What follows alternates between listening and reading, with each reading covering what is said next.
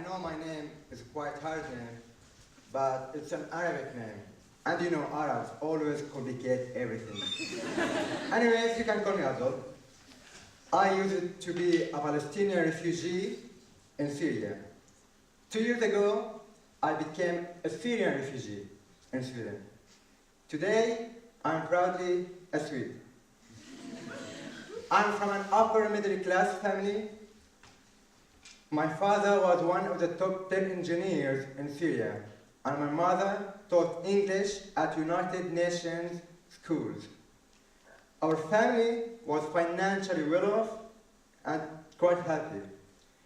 Before 2011, my life was quite normal. I used to go to school 5 days a week. I used to read my favorite comic magazine called Majid in the weekends and playing soccer with my friends.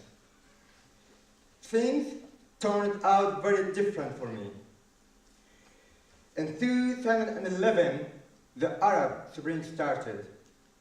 It was driven mainly by frustrated yet ambitious, powerless yet revolutionary, idealistic yet action-taker youth who were desperate enough to search for the good life, desperately seeking a society where everyone is treated with respect and dignity, where people can enjoy, practice, and respect democracy, where older people can sit in local cafes debating how the government manages their pension funds and social security, where young children were taught in their schools that fascist government regimes and traditional religious teachings has no exemption from critical thinking, where young teenagers have the freedom and the gut to love and be loved, where businessmen can grow and enlarge their investments without any fear of corrupt governments, where the less privileged did not fear going to court because they didn't have the money to bribe the judge.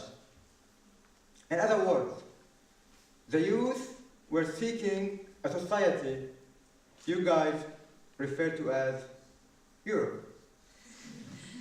In Syria, what started as a pro-democracy movement for a brighter future turned into a bloody and catastrophic civil war. Destruction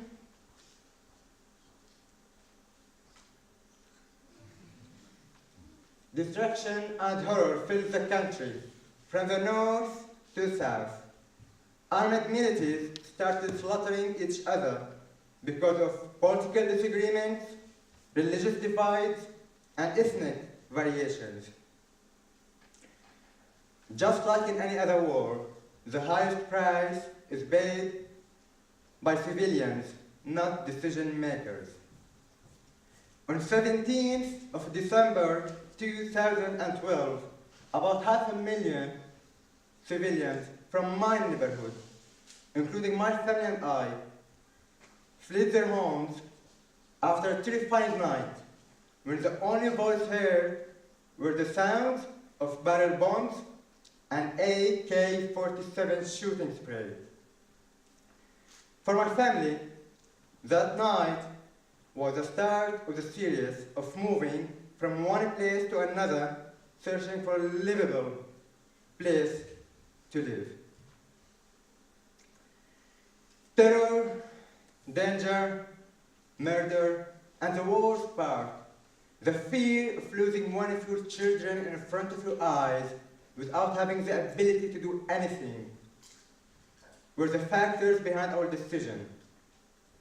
My family decided to leave Syria and seek political asylum in Europe after we moved 9 times inside Syria.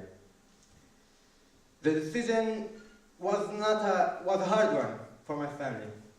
My parents, after all, were well-established professionals in Damascus. They had a happy family with 3 smart children, like me, you know. And they were saving for their retirement. But now they had to give it up all, to sell everything we have and start again from the 0 point, just so my siblings and I can have a better future. Now, I'm going to take you through the most popular route that Syrian refugees take to arrive to Europe. The first step is collecting the money, and that's usually done by selling what you have or borrowing. Once you got the money, comes hunting from the smuggler, and that's usually done via word of mouth. After that, the travelers should stay on standby state, as the smuggler might call at any second to inform them about the pickup location within hours. Smugglers usually recommend to carry on just official documents, some water, and some dates. The bus drove north towards Turkey through the government checkpoints, without any soldiers stepping on the bus or even investigating it. The secret for a safe passage through the government checkpoints is to avoid any eye contact and to be ready to express your loyalty to the government if any question asked. And of course, have the fear. After that, the bus drove to the what's so-called rebels area. The secret for a safe passage through the rebels area is to hide any loyalty to the government and, of course, have the fear. In a corrupt country like Syria, you can buy anything. After that, the bus reached ISIS-controlled area. The bus driver asked the passengers, the women and kids, to sit in the back of the bus, while men sit in the front after hiding their cigarettes and any other possible form of corruption and gut disappointment. After that, a guy dressed up like a Bedouin climbed up the bus and started quizzing the passengers about basic Islamic teachings. Those who fail get executed in the spot. But whether you fail or you pass the quiz, you have to pay the fee. You know, it's just like taking the SAT. Whether you fail or pass, you have to pay it. Yeah. The trip goes on, and travelers arrive to Aleppo, and they continue to Turkey by walking because the bus actually cannot go through the Turkish border because Turkish authorities don't actually accept the fees. Once past the Turkish border, there's another trip to reach the coast to take a boat to Greece, or what's so called a boat, where tens of people are crowded in a medieval style boat. You know, the success rates of these boats are not reliable because the smugglers are just like the Chinese government, always boost their success rates. And those who drown never get to participate in customer satisfaction survey. Arriving to Europe felt to my family and I like rebirth. Birth that gives us the precious gift of life, but it doesn't actually guarantee a good life, a happy one, which allows us to live to our fullest potential. We made it alive, but now we need to live. Here's the most important lesson that I learned from my own trip. Being alive is very different from living. Sometimes you could be alive, but that doesn't mean that you're actually living. Other times, but your impact to the world is still alive.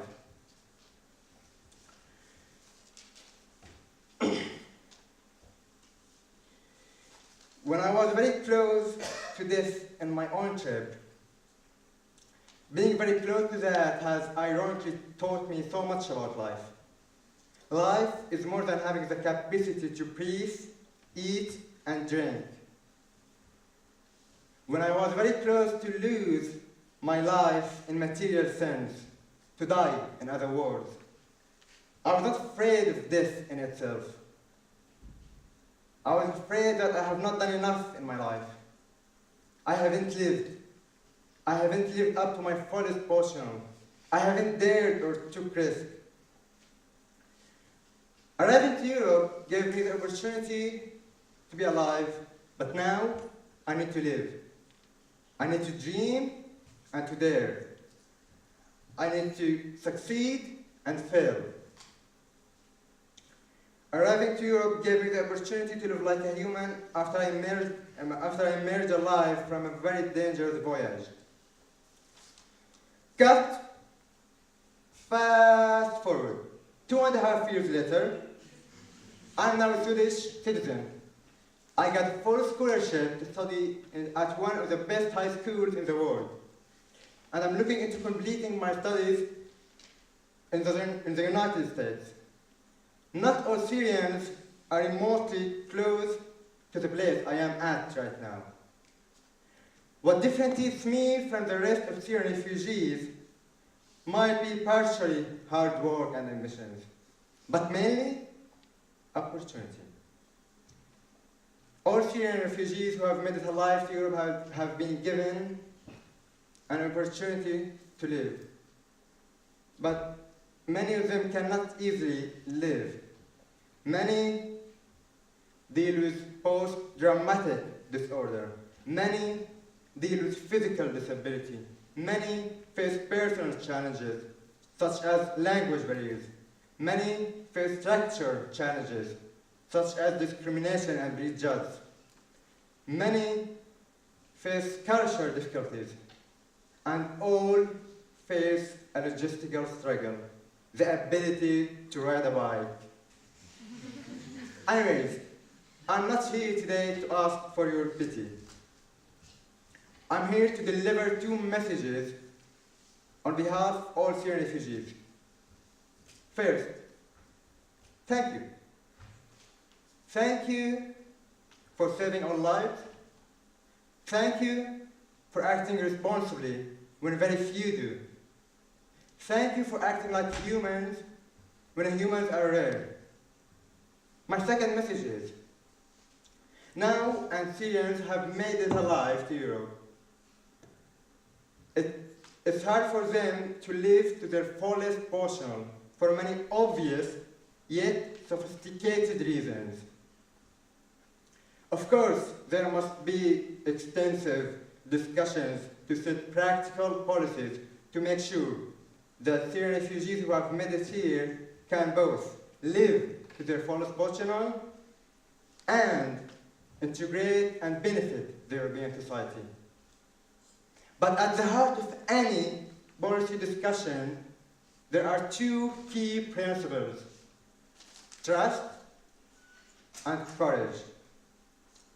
We need to believe that Syrian refugees as humans deserve better than to be beheaded by ISIS, killed by chemical weapons, or drowned in the Mediterranean Sea.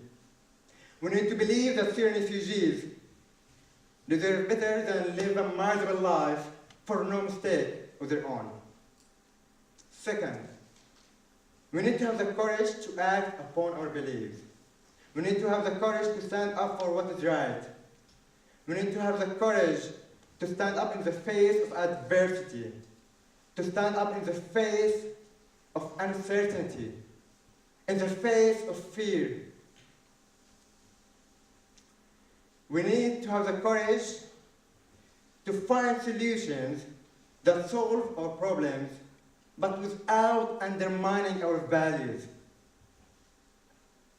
What makes Europe Europe is not Schengen or visa systems, or our shared monetary policy regime, or our waffle and beer. What makes Europe Europe? What makes Europe the almighty Europe is our values, and most important, our courage to act upon them. Thank you.